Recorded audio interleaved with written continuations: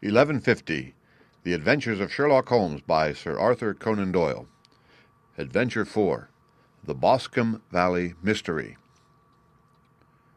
We were seated at breakfast one morning, my wife and I, when the maid brought in a telegram. It was from Sherlock Holmes, and ran in this way. Have you a couple of days to spare? Have just been wired for from the west of England in connection with the Boscombe Valley tragedy. Shall be glad if you will come with me. Air and scenery perfect. Leave Paddington by the 11:15. What do you say, dear? Said my wife, looking across at me. Will you go? I really don't know what to say. I have a fairly long list at present. Oh, Anstruther would do your work for you. You have been looking a little pale lately. I think that the change would do you good, and you are always so interested in Mr. Sherlock Holmes' cases. I should be ungrateful if I were not, seeing what I gain through one of them, I answered. But if I am to go, I must pack at once, for I have only half an hour. My experience of camp life in Afghanistan had at least had the effect of making me a prompt and ready traveler. My wants were few and simple, so that in less than the time stated I was in a cab with my valise rattling away to Paddington Station. Sherlock Holmes was pacing up and down the platform, his tall, gaunt figure made even gaunter and taller by his long grey travelling cloak and close-fitting cloth cap. "It is really very good of you to come, Watson," said he. "It makes a considerable difference to me, having someone with me on whom I can thoroughly rely. Local aid is always either worthless or else biased. If you will keep the two corner seats, I shall get the tickets." We had the carriage to ourselves, save for an immense litter of papers which Holmes had brought with him.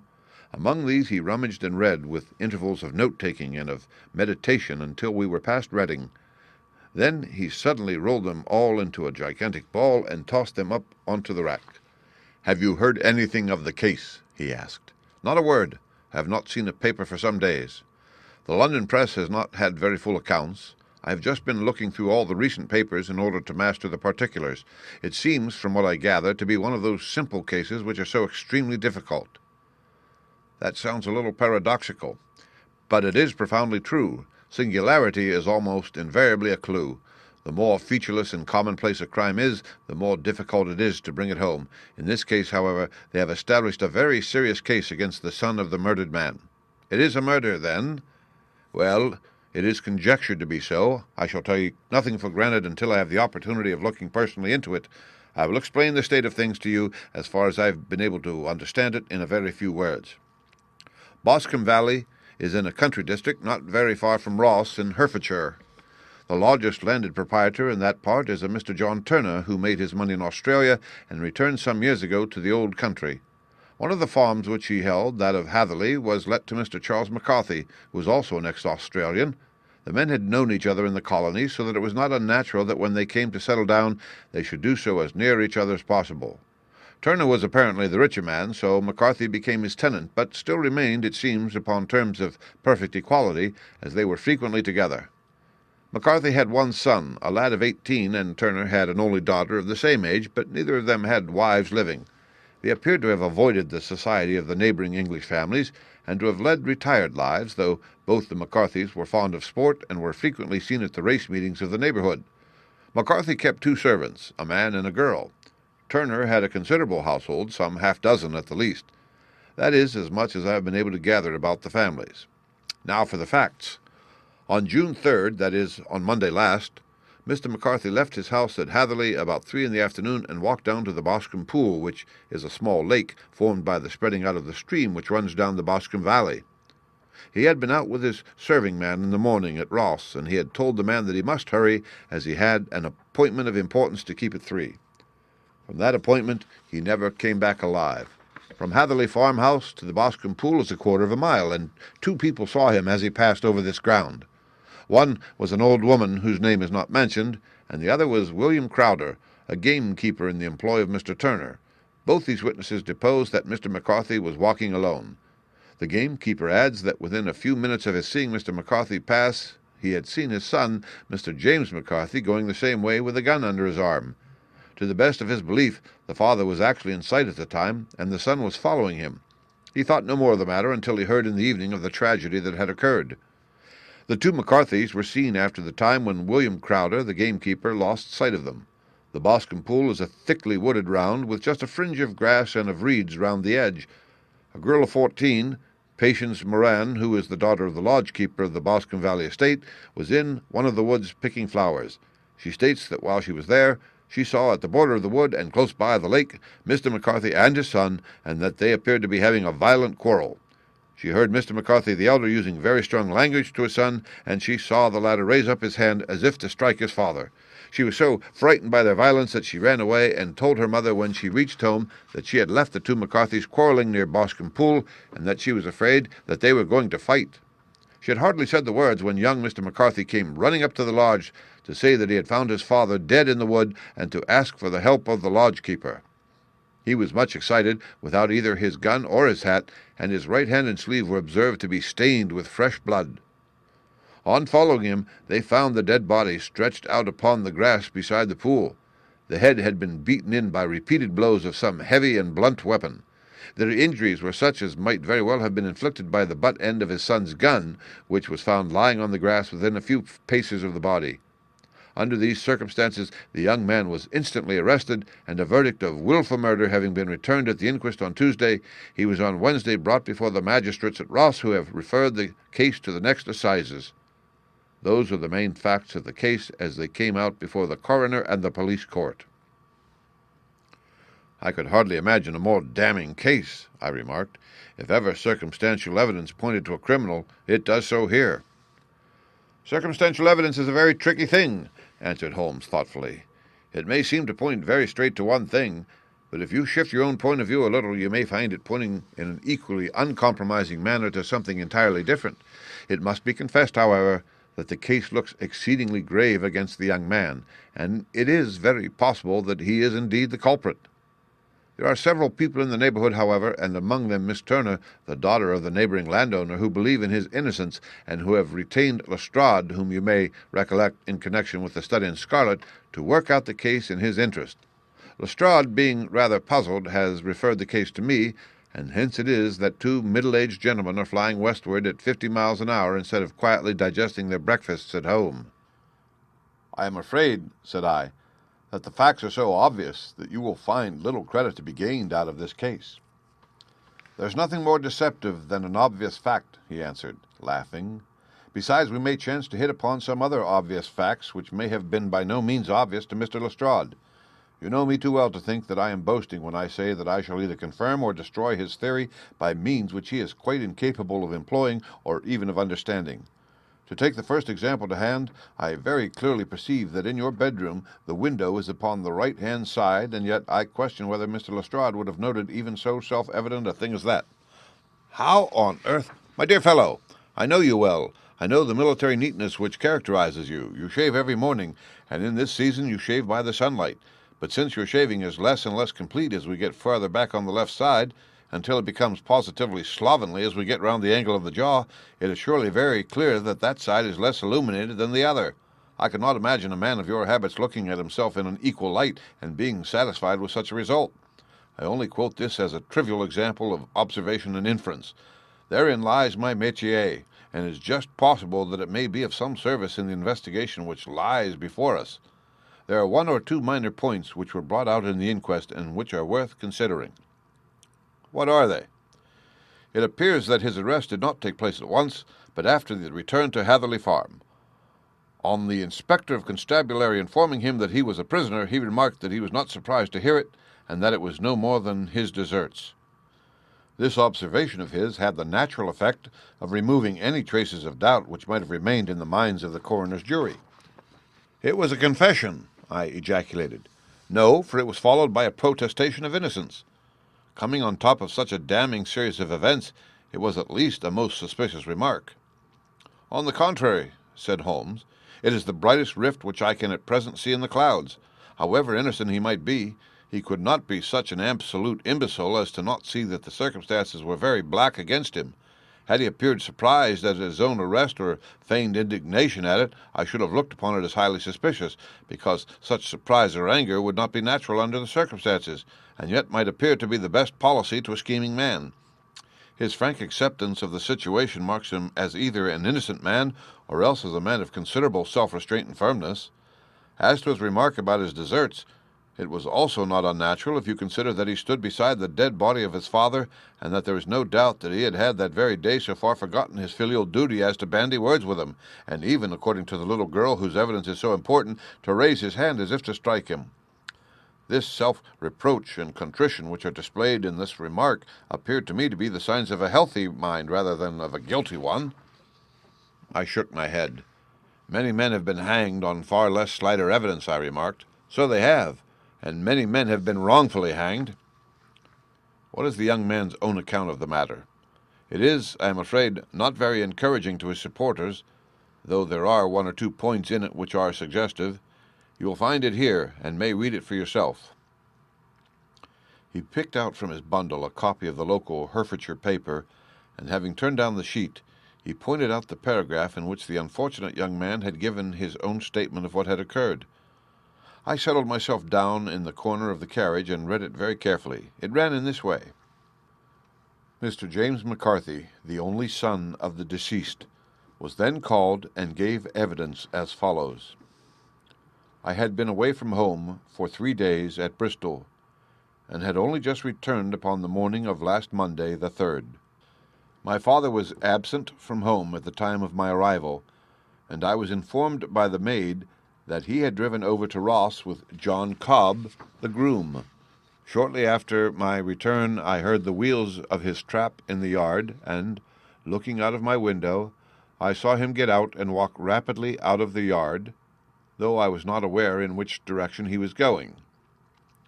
I then took my gun and strolled out in the direction of the Boscom Pool, with the intention of visiting the rabbit warren, which is upon the other side. On my way I saw William Crowder, the gamekeeper, as he had stated in his evidence, but he is mistaken in thinking that I was following my father. I had no idea that he was in front of me. When about 100 yards from the pool, I heard a cry of "Coo-ee!" which was a usual signal between my father and myself. I then hurried forward and found him standing by the pool. He appeared to be much surprised at seeing me, and asked me rather roughly what I was doing there. A conversation ensued, which led to high words and almost to blows, for my father was a man of a very violent temper. Seeing that his passion was becoming ungovernable, I left him and returned towards Heatherley Farm. I had not gone more than 150 yards, however, when I heard a hideous outcry behind me, which caused me to run back again. I found my father expiring upon the ground with his head terribly injured. I dropped my gun and held him in my arms, but he almost instantly expired. I knelt beside him for some minutes, and then made my way to Mr. Turner's lodge-keeper, his house being the nearest, to ask for assistance. I saw no one near my father when I returned, and I have no idea how he came by his injuries. He was not a popular man, being somewhat cold and forbidding in his manners, but he had, as far as I know, no active enemies. I know nothing further of the matter. The Coroner. Did your father make any statement to you before he died? Witness. He mumbled a few words, but I could only catch some allusion to a rat. The Coroner. What did you understand by that? Witness. It conveyed no meaning to me. I thought that he was delirious. The Coroner. What was the point upon which you and your father had this final quarrel? Witness.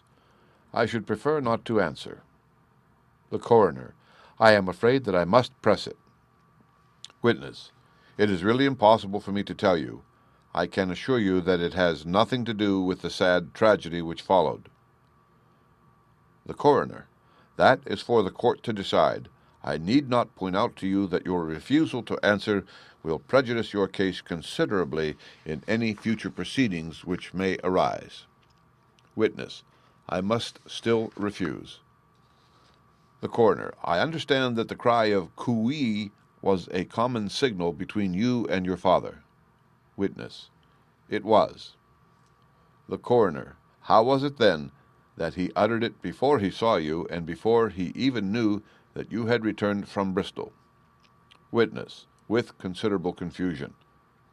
I do not know. A juryman. Did you see nothing which aroused your suspicions when you returned on hearing the cry and found your father fatally injured? Witness. Nothing definite. The Coroner. What do you mean? Witness: I was so disturbed and excited as I rushed out into the open that I could think of nothing except of my father. Yet I have a vague impression that as I ran forward, something lay upon the ground to the left of me. It seemed to me to be something gray in color, a coat of some sort, or a plaid perhaps. When I rose from my father, I looked round for it, but it was gone. Do you mean that it disappeared before you went for help? Yes, it was gone. You cannot say what it was? No, I had a feeling something was there. How far from the body? A dozen yards or so. And how far from the edge of the wood? About the same. Then if it was removed, it was while you were within a dozen yards of it? Yes, but with my back towards it. This concluded the examination of the witness. I see, said I as I glanced down the column, that the coroner in his concluding remarks was rather severe upon young McCarthy. He calls attention, and with reason, to the discrepancy about his father having signaled to him before seeing him, also to his refusal to give details of his conversation with his father, and his singular account of his father's dying words. They are all, as he remarks, very much against the son. Holmes laughed softly to himself and stretched himself out upon the cushioned seat. Both you and the coroner have been at some pains, said he, to single out the very strongest points in the young man's favor. Don't you see that you alternately give him credit for having too much imagination and too little? Too little if he could not invent a cause of quarrel which would give him the sympathy of the jury, too much if he evolved from his own inner consciousness anything so outré as a dying reference to a rat and the incident of the vanishing cloth. No, sir, I shall approach this case from the point of view that what this young man says is true, and we shall see whither that hypothesis will lead us. And now here is my pocket Petrarch, and not another word shall I say of this case until we are on the scene of action. We lunch at Swindon, and I see that we shall be there in 20 minutes. It was nearly 4 o'clock when we at last, after passing through the beautiful Stroud Valley and over the broad gleaming Severn, found ourselves at the pretty little country town of Ross. A lean, ferret-like man, furtive and sly-looking, was waiting for us upon the platform. In spite of the light brown dust coat and leather leggings which he wore in deference to his rustic surroundings, I had no difficulty in recognizing Lestrade of Scotland Yard. With him we drove to the Hereford Arms, where a room had already been engaged for us. "I have ordered a carriage," said Lestrade as we sat over a cup of tea. "I knew your energetic nature, and that you would not be happy until you had been on the scene of the crime." "It was very nice and complimentary of you," Holmes answered. "It is entirely a question of barometric pressure." Lestrade looked startled. "I do not quite follow," he said. "How is the glass?" 29, I see. No wind, and not a cloud in the sky. I have a case full of cigarettes here which need smoking, and the sofa is very much superior to the usual country hotel abomination. I do not think that it is probable that I shall use the carriage tonight." Lestrade laughed indulgently. "You have no doubt already formed your conclusions from the newspapers," he said. "The case is as plain as a pikestaff, and the more one goes into it, the plainer it becomes. Still, of course, one can't refuse a lady, and such a very positive one, too. She has heard of you, and would have your opinion, though I repeatedly told her that there was nothing which you could do which I had not already done. Why, bless my soul, here is her carriage at the door." He had hardly spoken before there rushed into the room one of the most lovely young women that I have ever seen in my life. Her violet eyes shining, her lips parted, a pink flush upon her cheeks, all thought of her natural reserve lost in her overpowering excitement and concern. "Oh, Mr. Sherlock Holmes!" she cried, glancing from one to the other of us, and finally, with a woman's quick intuition, fastening upon my companion. "I am so glad that you have come. I have driven down to tell you so. I know that James didn't do it. I know it, and I want you to start upon your work knowing it too. Never let yourself doubt upon that point. We have known each other since we were little children, and I know his faults as no one else does. But he is too tender-hearted to hurt a fly. Such a charge is absurd to anyone who really knows him." "I hope we may clear him, Miss Turner," said Sherlock Holmes. "You may rely upon my doing all that I can. But you have read the evidence. You have formed some conclusion.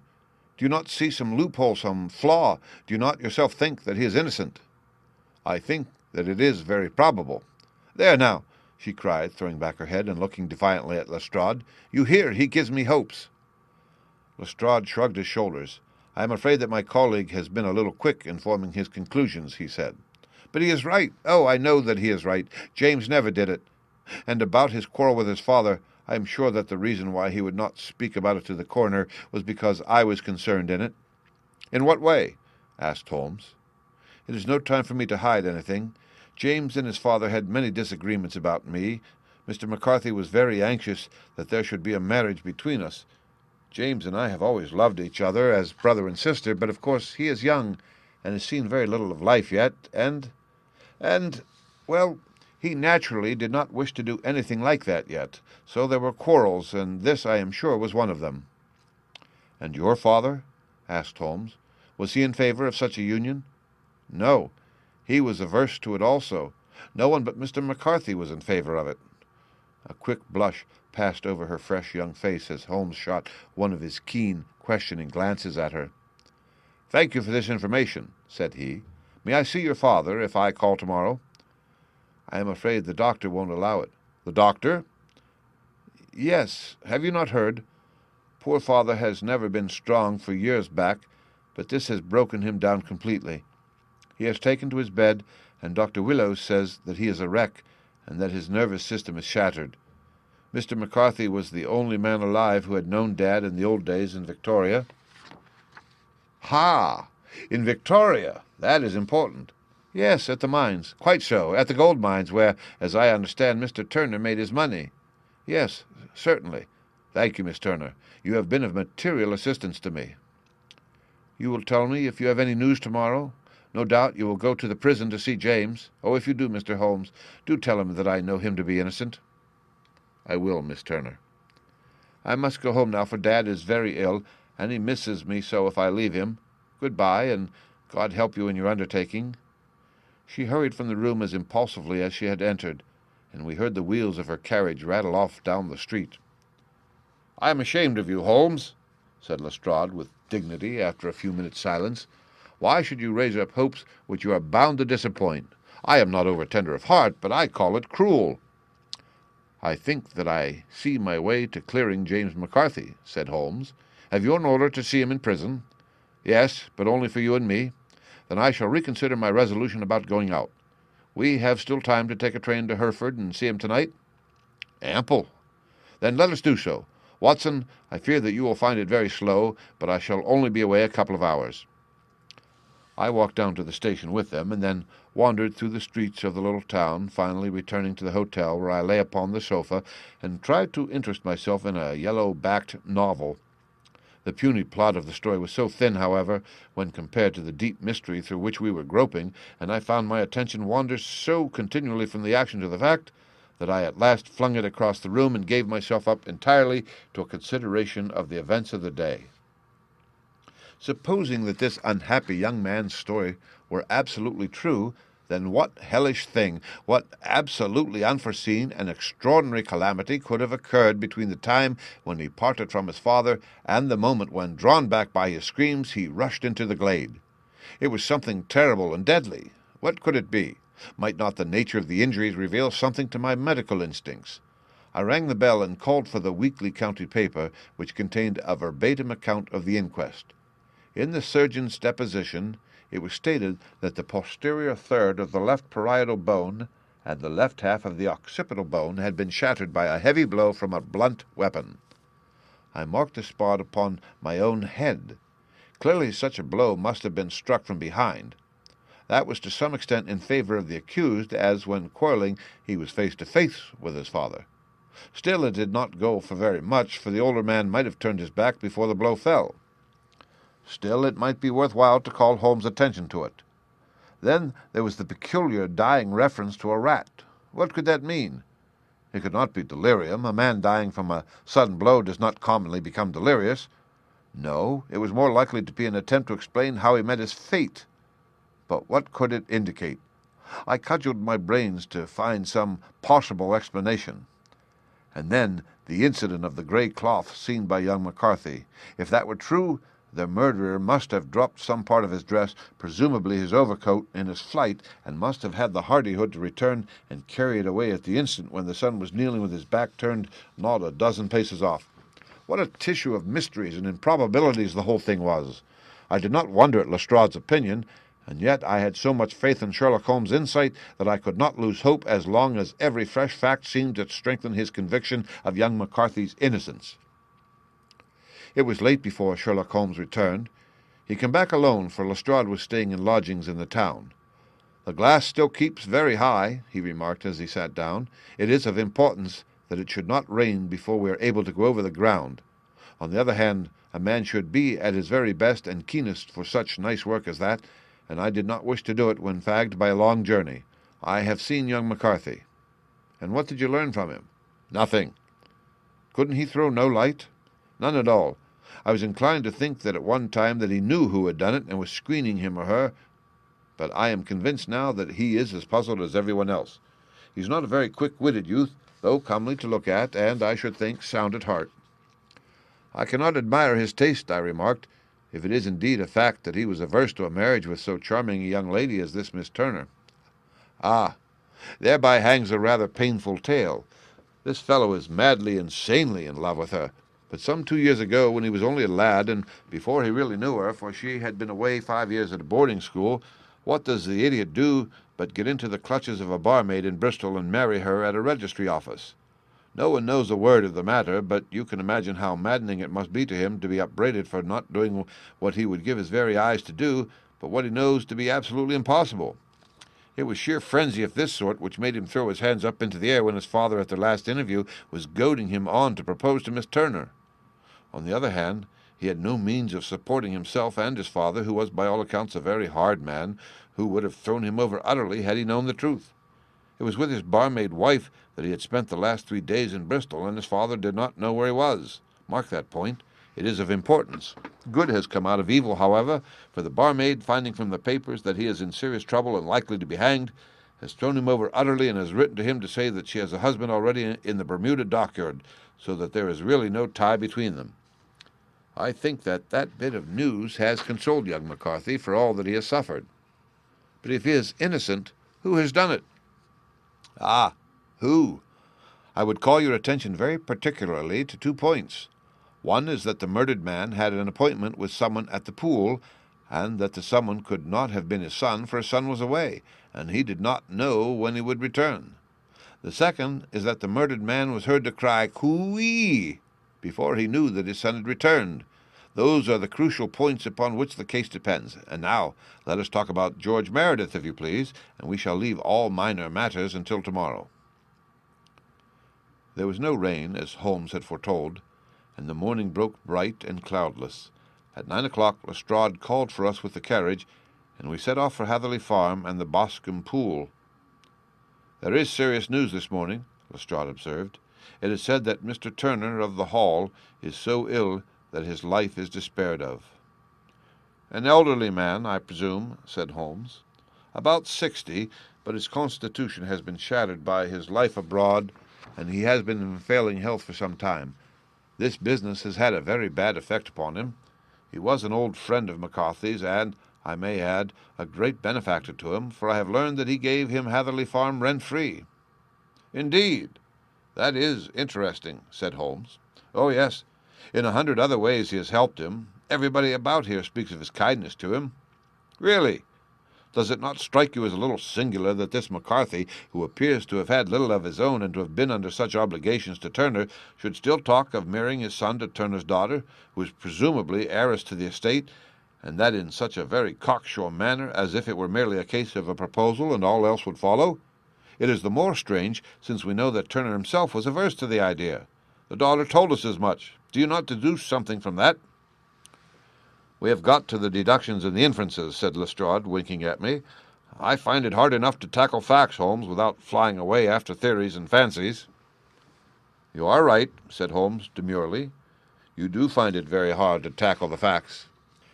"Anyhow, I have grasped one fact which you seem to find it difficult to get a hold of," replied Lestrade with some warmth, "and that is that McCarthy Sr. met his death from McCarthy Jr., and that all theories to the contrary are the merest moonshine." "Well, moonshine is a brighter thing than fog," said Holmes, laughing, "but I am very much mistaken if this is not Hatherley Farm upon the left." "Yes, that is it. It was a widespread, comfortable-looking building, two-storied, slate-roofed, with great yellow blotches of lichen upon the grey walls. The drawn blinds and the smokeless chimneys, however, gave it a stricken look, as though the weight of this horror still lay heavy upon it. We called at the door when the maid, at Holmes' request, showed us the boots which her master wore at the time of his death, and also a pair of the son's, though not the pair which he had then had. Having measured these very carefully from 7 or 8 different points, Holmes desired to be led to the courtyard, from which we all followed the winding track which led to Boscom Pool. Sherlock Holmes was transformed when he was hot upon such a scent as this. Men who had only known the quieter thinking and logician of Baker Street would have failed to recognize him. His face flushed and darkened, his brows were drawn into 2 hard black lines, while his eyes shone out from beneath them with a steely glitter. His face was bent downward, his shoulders bowed, his lips compressed, and the veins stood out like whipcord in his long, sinewy neck.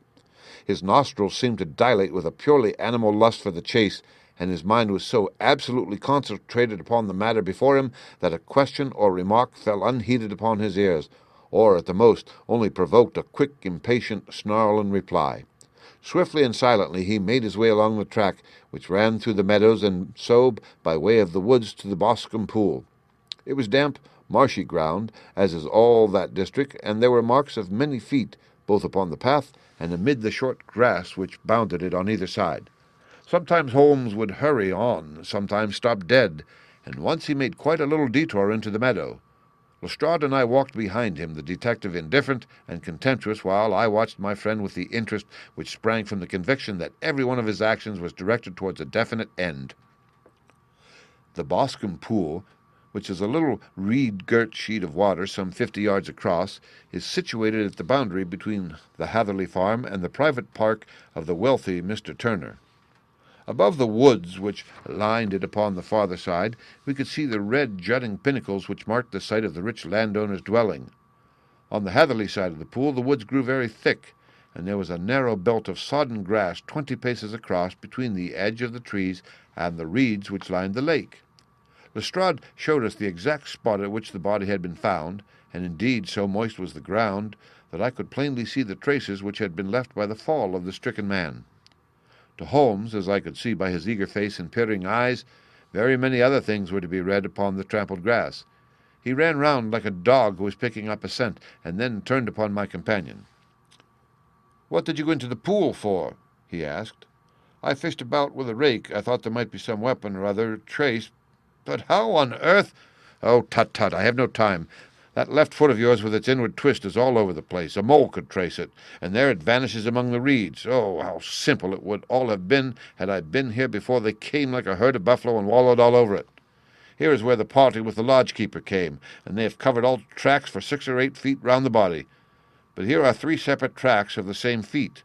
He drew out a lens and lay down upon his waterproof to have a better view, talking all the time rather to himself than to us. "These are young McCarthy's feet. Twice he was walking, and once he ran swiftly, so that the soles are deeply marked and the heels hardly visible. That bears out his story. He ran when he saw his father on the ground. Then here are the father's feet as he paced up and down. What is this, then? It is the butt end of the gun as the son stood listening. And this? Ha! What have we here? Tiptoes! Tiptoes! Square, too. Quite unusual boots. They come, they go, they come again. Of course. That was for the cloak. Now, where did they come from?" He ran up and down, sometimes losing, sometimes finding the track, until we were well within the edge of the wood, and under the shadow of a great beech, the largest tree in the neighbourhood. Holmes traced his way to the farther side of this, and lay down once more upon his face with a little cry of satisfaction. For a long time he remained there, turning over the leaves and dried sticks, gathering up what seemed to me to be dust into an envelope, and examining with his lens not only the ground, but even the bark of the tree as far as he could reach. A jagged stone was lying among the moss, and this also he carefully examined and retained. Then he followed a pathway through the wood until he came to the high road, where all traces were lost. "It has been a case of considerable interest," he remarked, returning to his natural manner. "I fancy that this grey house on the right must be the lodge. I think that I will go in and have a word with Moran, and perhaps write a little note. Having done that, we may drive back to our luncheon. You may walk to the cab. and I shall be with you presently." It was about 10 minutes before we regained our cab and drove back into Ross, Holmes still carrying with him the stone which he had picked up in the wood. "This may interest you, Lestrade," he remarked, holding it out. "The murder was done with it." "I see no marks." "There are none." "How do you know, then?" "The grass was growing under it. It had only lain there a few days. There was no sign of a place whence it had been taken. It corresponds with the injuries. There is no sign of any other weapon." "And the murderer?" "Is a tall man, left-handed, limps with the right leg, wears thick-soled shooting boots and a grey cloak, smokes Indian cigars, uses a cigar holder, and carries a blunt penknife in his pocket. There are several other indications, but these may be enough to aid us in our search." Lestrade laughed. "I'm afraid that I'm still a skeptic," he said. "Theories are all very well, but we have to deal with a hard-headed British jury." "Nous verrons," answered Holmes calmly. "You work your own method, and I shall work mine. I shall be busy this afternoon, and shall probably return to London by the evening train." "And leave your case unfinished?" "No, finished. But the mystery? It is solved." "Who is the criminal, then?" "The gentleman I described." "But who is he?" "Surely it would not be difficult to find out. This is not such a populous neighborhood." Lestrade shrugged his shoulders. "I am a practical man," he said, "and I really cannot undertake to go about the country looking for a left-handed gentleman with a game leg. I should become the laughing-stock of Scotland Yard." "All right," said Holmes quietly. "I have given you the chance. Here are your lodgings. Good-bye. I shall drop you a line before I leave." Having left Lestrade at his rooms, we drove to our hotel, where we found lunch upon the table. Holmes was silent and buried in thought, with a pained expression upon his face, as one who finds himself in a perplexing position. "Look here, Watson," he said when the cloth was clean. "Just sit down in this chair, and let me preach to you for a little.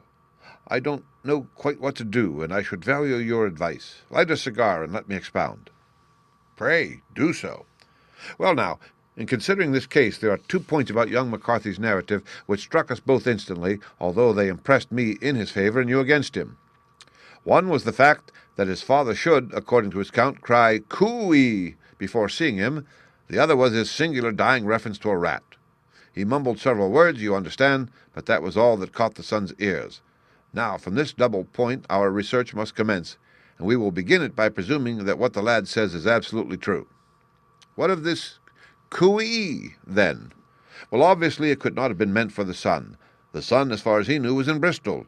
It was mere chance that he was within earshot. The coo-ee was meant to attract the attention of whoever it was that he had the appointment with. But coo-ee is a distinctly Australian cry, and one which is used between Australians. There is a strong presumption that the person whom McCarthy expected to meet him at Boscom Pool was someone who had been in Australia. What of the rat, then? Sherlock Holmes took a folded paper from his pocket and flattened it out on the table. "This is a map of the colony of Victoria," he said. "I wired to Bristol for it last night." He put his hand over part of the map. "What do you read?" "A rat," I read. "And now?" He raised his hand. "Ballarat." "Quite so. That was the word the man uttered, and of which his son only caught the last 2 syllables. He was trying to utter the name of his murderer, so-and-so of Ballarat." "It is wonderful," I exclaimed. "It is obvious. And now you see I had narrowed the field down considerably. The possession of a grey garment was a 3rd point, which, granting the son's statement to be correct, was a certainty. We have come now out of mere vagueness to the definite conception of an Australian from Ballarat with a grey cloak." "Certainly. And one who was at home in the district, for the pool can only be approached by the farm or by the estate, where strangers could hardly wander." "Quite so." "Then comes our expedition of today. By an examination of the ground I gained the trifling details which I gave to that imbecile Lestrade as to the personality of the criminal." "But how did you gain them?" "You know my method. It is founded upon the observation of trifles. His height I know that you might roughly judge from the length of his stride. His boots, too, might be told from their traces. Yes, they were peculiar boots. But his lameness? The impression of his right foot was always less distinct than his left. He put less weight upon it. Why? Because he limped. He was lame. But his left-handedness? You were yourself struck by the nature of the injury as recorded by the surgeon at the inquest. The blow was struck from immediately behind, and yet was upon the left side. Now how can that be unless it were by a left-handed man? He had stood behind that tree during the interview between the father and son. He had even smoked there. I found the ash of a cigar, which my special knowledge of tobacco ashes enables me to pronounce as an Indian cigar. I have, as you know, devoted some attention to this, and written a little monograph on the ashes of 140 different varieties of pipe, cigar, and cigarette tobacco. Having found the ash, I then looked round and discovered the stump among the moss where he had tossed it. It was an Indian cigar of the variety which are rolled in Rotterdam. And the cigar holder? I could see that the end had not been in his mouth. Therefore he used a holder. The tip had been cut off, not bitten off, but the cut was not a clean one, so I deduced a blunt penknife. "Holmes," I said, "you have drawn a net round this man from which he cannot escape, and you have saved an innocent human life as truly as if you had cut the cord which was hanging him. I see the direction in which all this points. The culprit is—" "Mr. John Turner," cried the hotel waiter, opening the door of our sitting-room and ushering in a visitor. The man who entered was a strange and impressive figure. His slow, limping step and bowed shoulders gave the appearance of decrepitude, and yet his hard, deep-lined, craggy features and his enormous limbs showed that he was possessed of unusual strength of body and of character. His tangled beard, grizzled hair, and outstanding, drooping eyebrows combined to give an air of dignity and power to his appearance. But his face was of an ashen white, while his lips and the corners of his nostrils were tinged with a shade of blue. It was clear to me at a glance that he was in the grip of some deadly and chronic disease. "Pray, sit down on the sofa," said Holmes gently. "You had my note?" "Yes. The lodge-keeper brought it up. You said that you wished to see me here to avoid scandal. I thought people would talk if I went to the hall. And why did you wish to see me?" He looked across at my companion with despair in his weary eyes, as though his question was already answered. "Yes," said Holmes, answering the look rather than the words, "it is so. I know all about McCarthy." The old man sank his face in his hands.